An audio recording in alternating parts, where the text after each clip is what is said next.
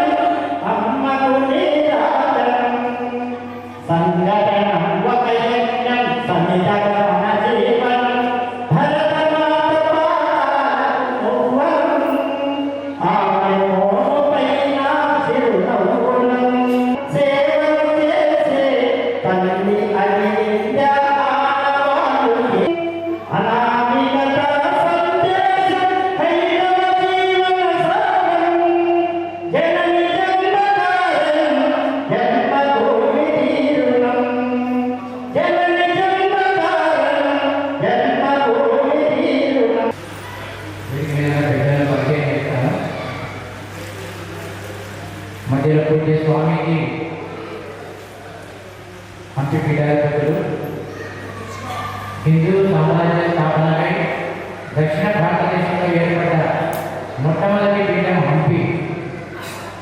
ఆ పీఠానికి 57వ గురు పరంపర అయినటువంటి పూజ్య స్వామీజీ శ్రీ శ్రీ శ్రీ విద్యారణ్య భారత స్వామి వారు మనకి ఈరోజు కార్యక్రమానికి రావడం మనందరికీ ఎంతో ఆనందదాయకం. పూజ్య స్వామీజీకి పాదాలు తెలియజేస్తుంది. అదేవిధంగా వారికి ఇటువైపు కూర్చున్న వారు శ్రీమతి వైవి ఉమాదేవి గారు. వారు కర్నూలులో ఉంటారు. మన రాష్ట్రీయ స్వయంసేవక సంఘంలో రోజు జరిగే శాఖ ద్వారా సంస్కారాలను అందిస్తూ స్వయంసేవకులను తయారు చేసే విషయం మనందరికీ తెలిసిందే. అయితే మహిళలకు కూడా ఇదే విధంగా చిన్నతనం నుంచే అమ్మాయిల నుంచే శాఖ ద్వారా సంస్కారాలను అందిస్తూ సేవికలు, ఆ సేవికలు అమ్మాయిలను ఒక ఝాన్సీ రాణి గారు, రుద్రమదేవి గారు శిక్షణ ఇచ్చేటువంటి కార్యక్రమాన్ని ఒక సంస్థ రాష్ట్రీయ సేవికా సమితి అనేటటువంటిది మన భారతదేశంలో ఆర్ఎస్ఎస్ లాగానే దాని కూడా మనం ఇంగ్లీష్లో ఆర్ఎస్ఎస్ అని అంటాం. ఆ విధంగా రాష్ట్ర సేవికా సమితిలో వారు ఆంధ్ర ప్రాంత సహ సంపర్క ప్రముఖగా వారు బాధ్యత నిర్వహిస్తున్నారు. సంపర్క ప్రముఖ అంటే మనం పబ్లిక్ రిలేషన్ ఆఫీసర్ లాగా. ఆ విధంగా వారి ఈరోజు ఉన్న సమయానికి మహిళా వర్తగా చేశారు. వారికి స్వాగతం పలుకుతున్నారు. అదేవిధంగా ఆశీర్వాదం వచ్చిన వారు శ్రీ అంకి శ్రీనివాస్ గారు. వారు ఆదోనిలో ఉంటారు. ఆదోనిలో నేషనల్ జూనియర్ కళాశాలలో సంస్కృత ఉపన్యాసకులు. మన రాష్ట్రీయ స్వయంసేవక సంఘంలో విభాగాన్ని నంద్యాల జిల్లా, కర్నూలు జిల్లా 2 జిల్లాలకు వారు విభాగ సేవా ప్రముఖ బాధ్యత నిర్వహిస్తున్నారు. అంతేకాకుండా సంస్కృత భారతి, సంస్కృతాన్ని వ్యాప్తి చేసే ఒక సంస్థ. ఆ సంస్థలో కూడా వారు ప్రాంత సంపర్క కార్యక్రమ సభ్యులుగా సంస్కృత భారతిని ప్రచారం చేస్తున్నారు. వారు మన సమ్మేళనానికి ఒక్కగా విచ్చేశారు. వారికి ఇదే మా స్వాగతం. జ్యోతి ప్రజ్వలనతో కార్యక్రమం ప్రారంభమవుతుంది. స్వామివారిని కోరుతున్నాను.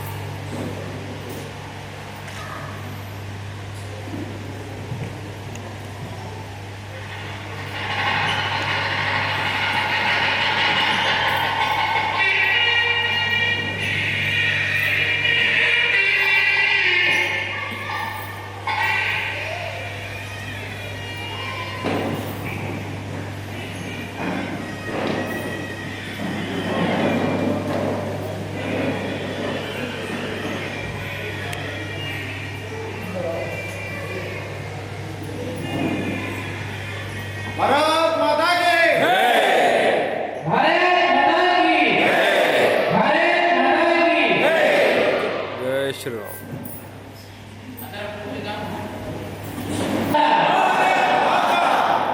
माता పూజనీయ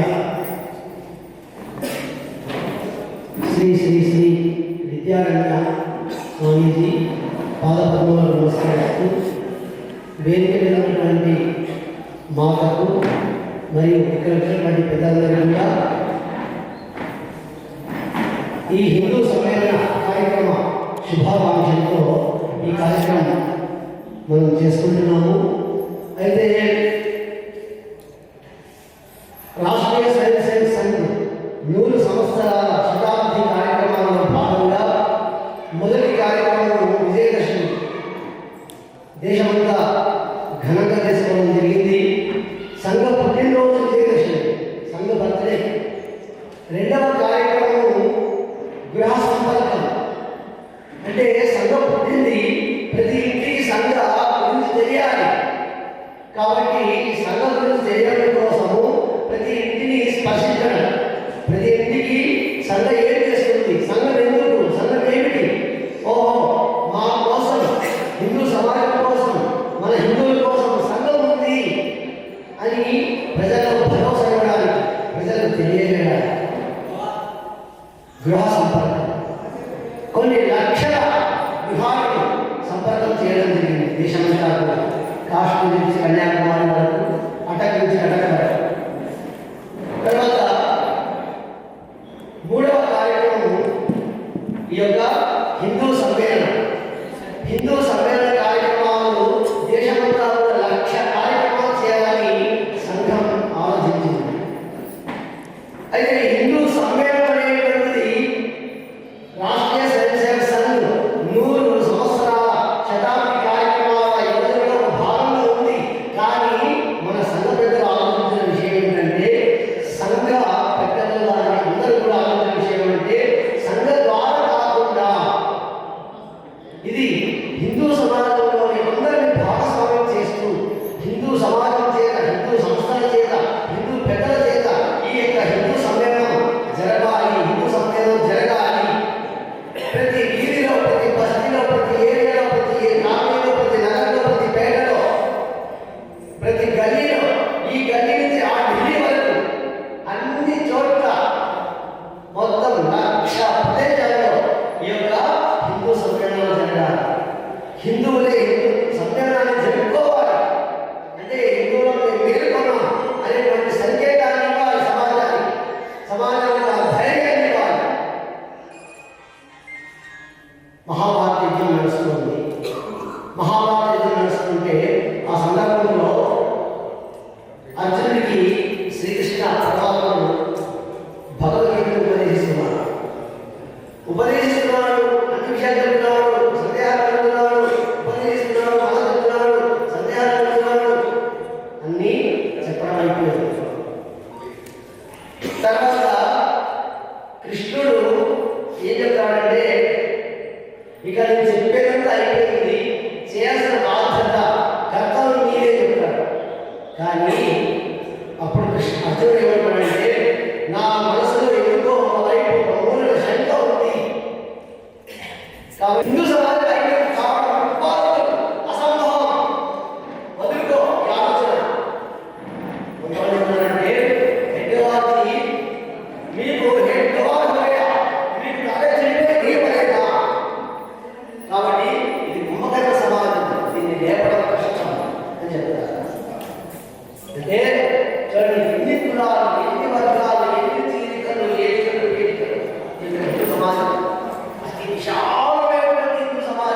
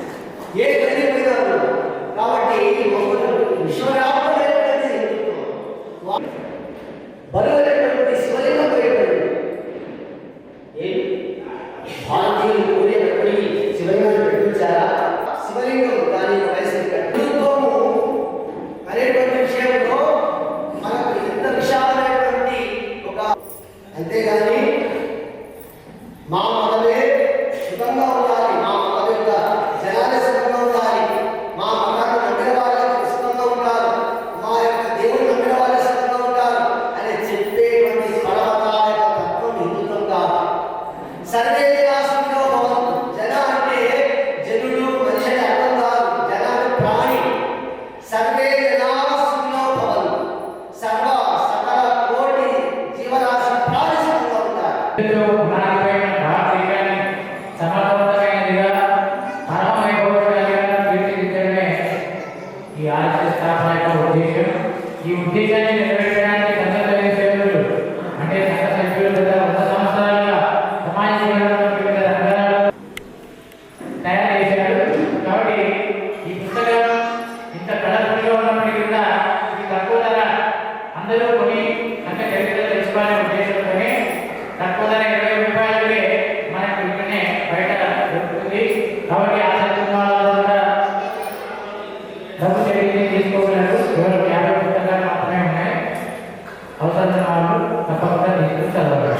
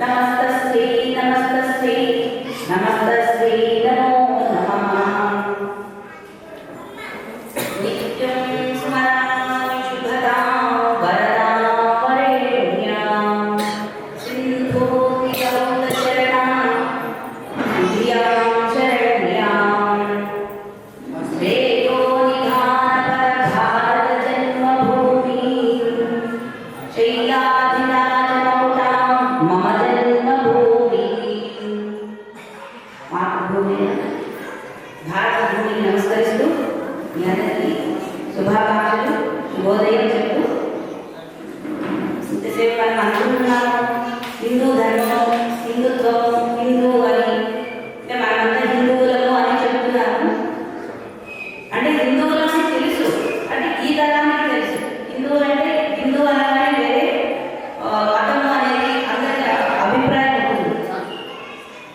అది నివుడు కప్పిన నిప్పులాగా ఉందంటే అంటే పాత తరం వాటికి మనం ఏంటి, మన సాంప్రదాయం ఏంటి, మన సంస్కృతి ఏంటి అనేది తెలుసు.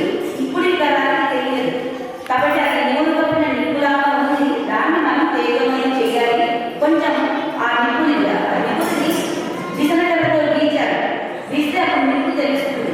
అంటే ప్రజల్లో మనము హిందువులము, మన దేశం హిందువు, మన మతం హిందుత్వము అనేది తెలుస్తుంది అన్నమాట. అది ఏంటి, ఎలా తెలియాలి, ప్రజలకు ఎలా తెలియాలి అంటే మనం ఇంతమంది అంటున్నా మన భారతదేశము కుటుంబ వ్యవస్థకి పెద్ద పీట వేసింది అన్నమాట. అంటే కుటుంబ వ్యవస్థ అంటే భారతదేశం. ఆ కుటుంబ వ్యవస్థ నుంచే మనకు ఈ హిందుత్వము, ఈ మతాచారం, మన సాంప్రదాయాలు, సంస్కృతి సాంప్రదాయాలు తెలియాలి. ఎలా తెలియాలి అంటే ఈ కుటుంబానికి వెనుక స్త్రీ, ఆ ఇంటి ఇల్లాలు అన్నమాట. ఆ ఇంటి ఇల్లాలు 3 రకాలుగా ఆరోగ్యంగా ఉండాలి. ఆరోగ్యం అంటే 3 రకాలు ఉండాలి. ఎలా? మానసికంగా, శారీరకంగా, బౌద్ధికంగా. ఈ 3 రకాల ఆరోగ్యం ఉండాలి. శారీరకంగా ఎలా? ఆరోగ్యంగా ఉంటూ, ఆరోగ్యమైన తిండి తింటూ, శరీరాన్ని ఆరోగ్యంగా ఉంచుకోవాలి. తర్వాత మానసికంగా ఎలా ఆరోగ్యంగా ఉండాలి అంటే దైవ చింతన, ఇంటిని బాగా చూసుకుంటూ, ఇల్లే ఒక దేవాలయంగా భావిస్తూ ఇంట్లో వాళ్ళను ఆరోగ్యంగా ఉంచే పద్ధతిలో ఎలాంటి కష్టం వచ్చినా తను మానసికంగా దృఢంగా ఉండి కుటుంబాన్ని చూసుకోవాలి.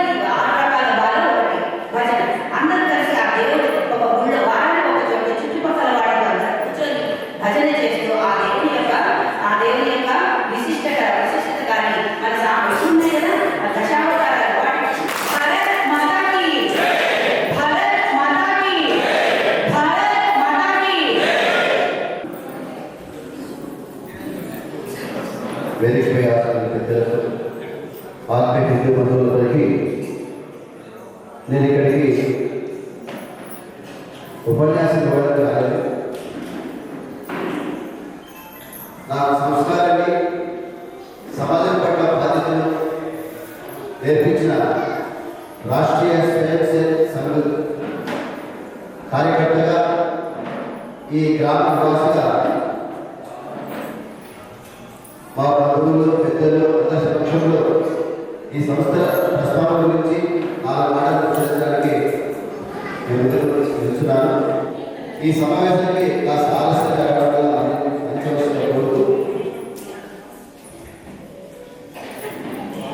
రాష్ట్రీయ స్వయం సేవక్ సంఘ్ శతాబ్ది ఉత్సవాలను నిర్వహిస్తున్న దేశవ్యాప్తంగా ప్రతి బస్తీలో వాడవాడల దేశమంతా ఈ సంవత్సరం అంతా ఇలాంటి ఆత్మీయ హిందూ సమ్మేళనం నిర్వహిస్తూ సంఘం మన ముందు ఒక పంచ పరిక్రమ కార్యక్రమాన్ని ఒక బృహత్తర కార్యక్రమాన్ని మన ముందు ఉంచుతూ ఈ కార్యక్రమాన్ని ప్రచారం చేయడంలో భాగంగా ఇలాంటి ఆత్మీయ సమ్మేళనాలు దేశవ్యాప్తంగా నిర్వహిస్తూ ఉంటుంది.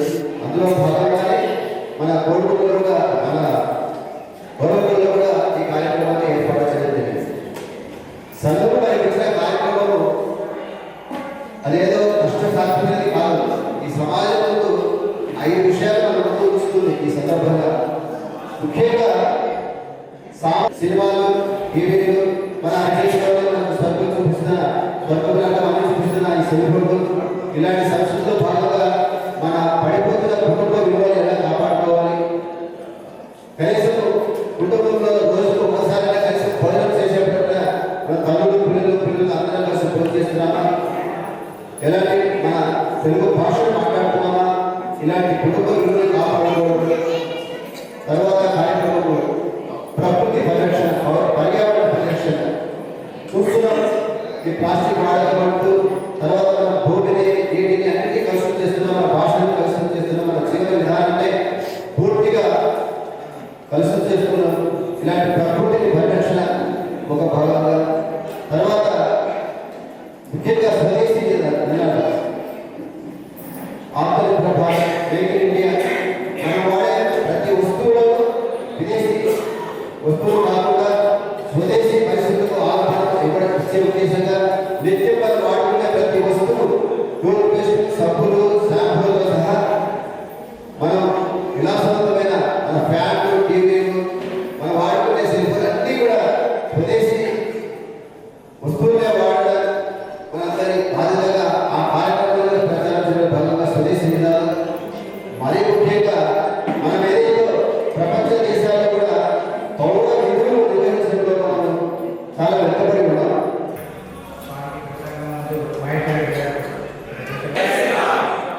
మన శ్రీనివాస్ గారు చెప్పారు, కుంభకర్ణ సమాజం అన్నారు. ఒకసారి కేవలం కుంభకర్ణ సమాజాన్ని ఏది రాణి గాంధీ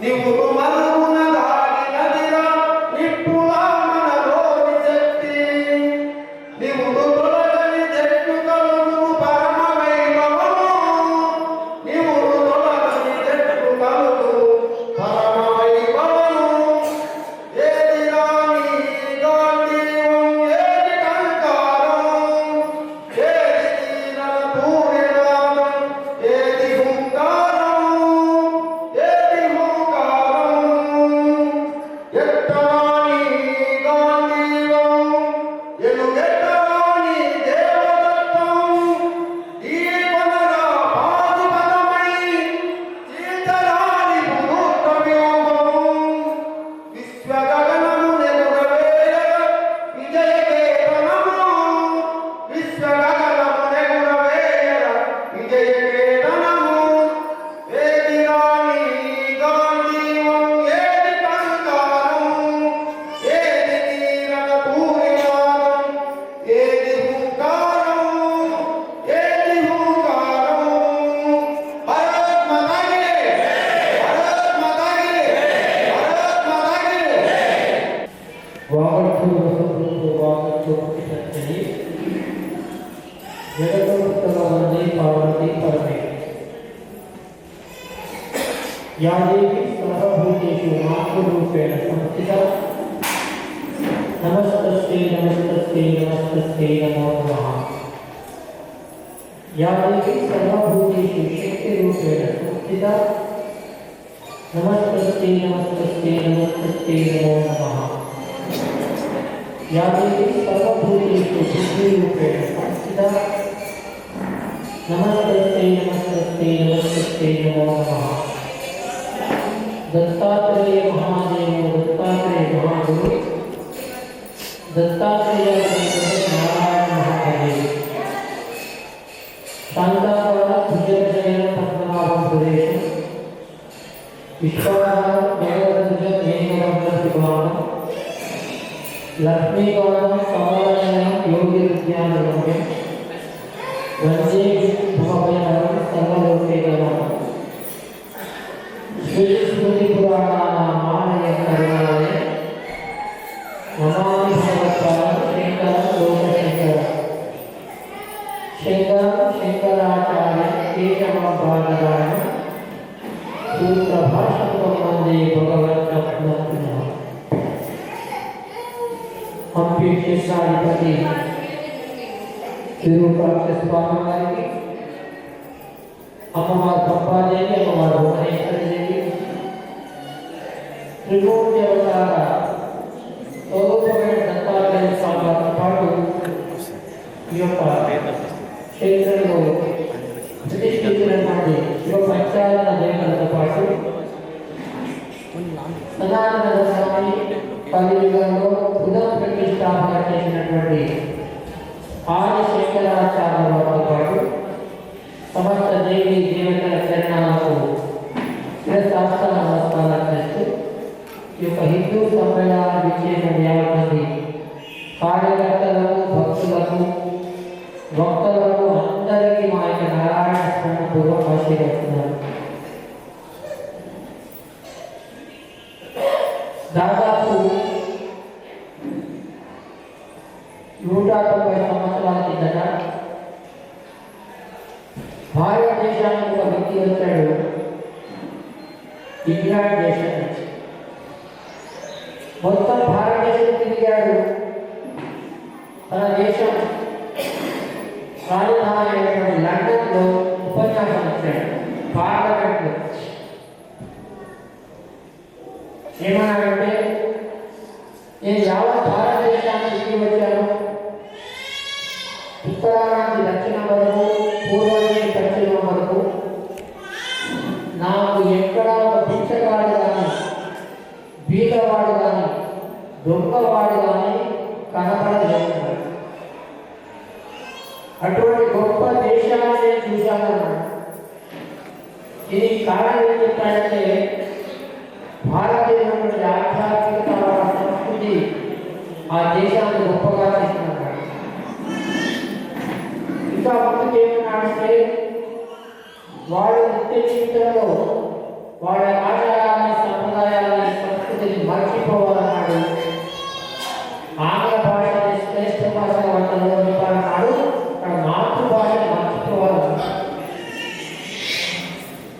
దీనికి కారణం ఎవరు?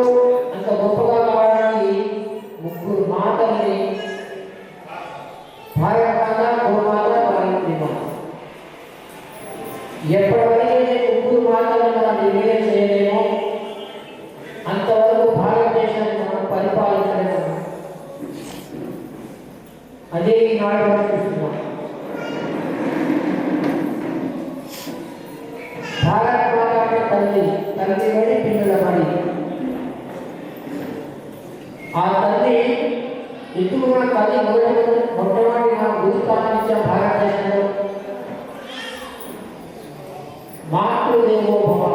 ఎందుకన్నా నేను అక్కడ మాట్లాడుతున్నాను. తల్లి జన్మనిచ్చిన తర్వాత కాదు, జన్మ ఇవ్వకముందే తన గర్భంలో ఉన్న శిశువుకి సంస్కారాలు ఇచ్చే శక్తి ఉన్నది అనడానికి ప్రత్యక్ష ప్రమాణం చాలా ఉన్నాయి. ప్రహ్లాదుడు రాక్షస బిడ్డ అయినప్పుడు కూడా దైవీక గుణాలు ఎట్లా వచ్చినాయి. లీలావతి గర్భం దాల్చిన తర్వాత హిరణ్యకశిపుడు తపస్సు కోసం అడిగిపెట్టినప్పుడు అదే సమయంలో నాయకుడు ఆ తల్లిని తన ఆశ్రమానికి వెళ్తాడు. ఆశ్రమంలో ఏమిటి ఇంత దేవచింతన, మంచి మంచి విషయాలు ఇంకా చెప్పారే. ఉపకారం నిద్రపోతున్నాడు. చాలా మంది మాతృమూర్తులకి అనుభవం అయిపోయింది. 7వ నెల తర్వాత ఆ యొక్క తల్లి నిద్రపోతున్నప్పుడు లోపల బిడ్డ ఆ శిశువు ఏం చేస్తుంటాడు?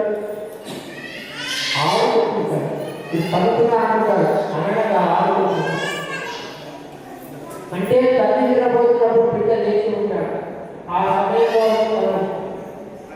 ఏవైతే తల్లికి చేసిన విషయాలన్నీ లోపల ఆ శిశువు గ్రహిస్తాడు. అదే జరిగింది. మనం ఎందుకు మాట్లాడుతున్నారా? మీరే మాట్లాడండి. ఇంకా వినబడ్డారు కదా? పిల్లలు ఏమో చదువుతున్నారు కదా, గూగుల్లో చూసుకుంటున్నారు కదా ఫోన్లు. మరి చెప్పండి అన్న, ఇగో ఈ మద్రాస నక్షత్రాలు ఏంటి అక్కడ చదువు అనబడి వాడికి తెలుస్తుంది. మీకు కూడా అర్థం. విజయమాత శివాజీ అంటే తయారు చేశారు. ఇటువంటి ఆయన మాతృమూర్తి కనుక నివేదన చేసినట్లయితే తన సంతానానికి సంస్కారాలు ఇవ్వకుండా వాడి యొక్క పశువులాగా తయారవ్వాలని చెప్పి పుట్టపడినటువంటి మెకాలు ఏం చేశాడంటే ఆ తల్లి నివేదన చేయడానికి మొట్టమొదటి మమ్మీ అని చెప్పి.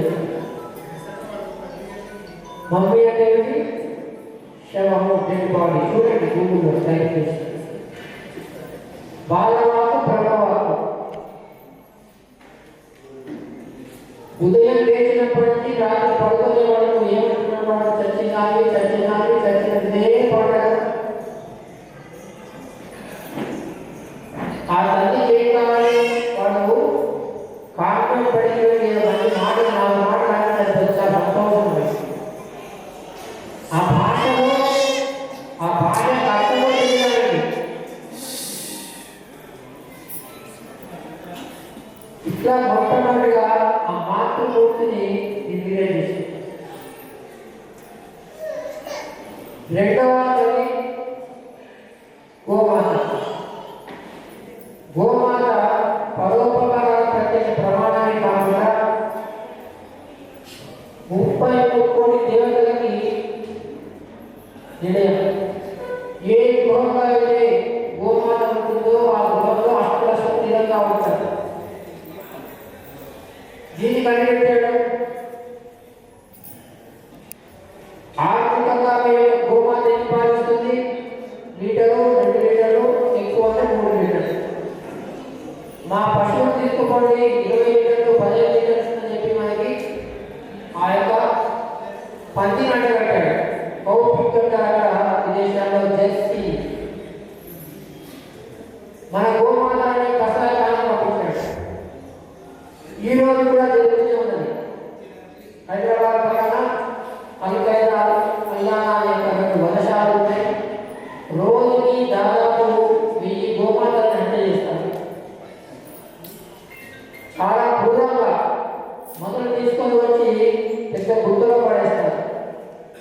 నీళ్లు పెట్టరు, ఆహారం పెట్టరు. దాని రక్తం చర్మంలోకి వస్తే ఆ చర్మం యొక్క విలువ పెరుగుతుంది. ఆ తర్వాత ఆ గోమలను బయట తీసి కట్టేసి చేతులతోటి వేడి వేడి నీళ్ళు పోస్తారు. ఇంకా రక్తం ఉంటే ఆ చర్మంలో వస్తుంది. ఆ తర్వాత వేలాడి పొద్దు పోసి రక్తాన్ని ఇస్తారు. రక్తం మందులో కలుస్తారు. ఆ తర్వాత జీవముండగానే చర్మాలు వదులుతారు. ఆ తర్వాత ముక్కలై విదేశాలకు ఎగిపోతుంది. ఇట్లా మనకి కేవలము ఆర్థికంగా పుష్టిని కలిగించడం కోసం చేసిన పెద్ద కుట్ర. కానీ దీనివల్ల ఎంత నష్టపోతున్నామంటే ఈరోజు